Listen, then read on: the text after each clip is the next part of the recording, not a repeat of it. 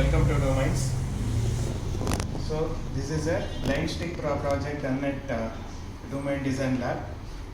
So as you can see, the blinds, when they travel in roads, they will carry a stick to tap into the road to measure or to detect any object in front of them.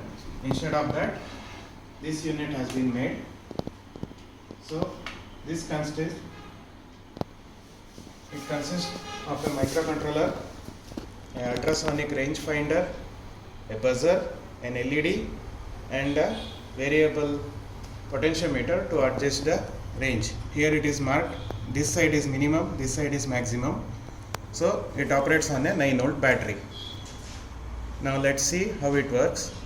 I am switching on the system.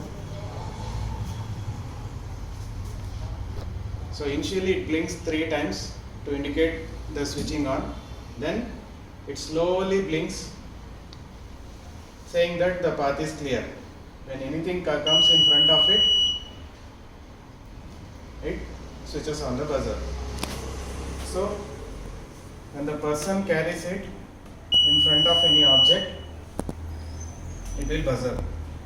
It will indicate it by the buzzer. Otherwise, the light will be blinking slowly, indicating the path is clear.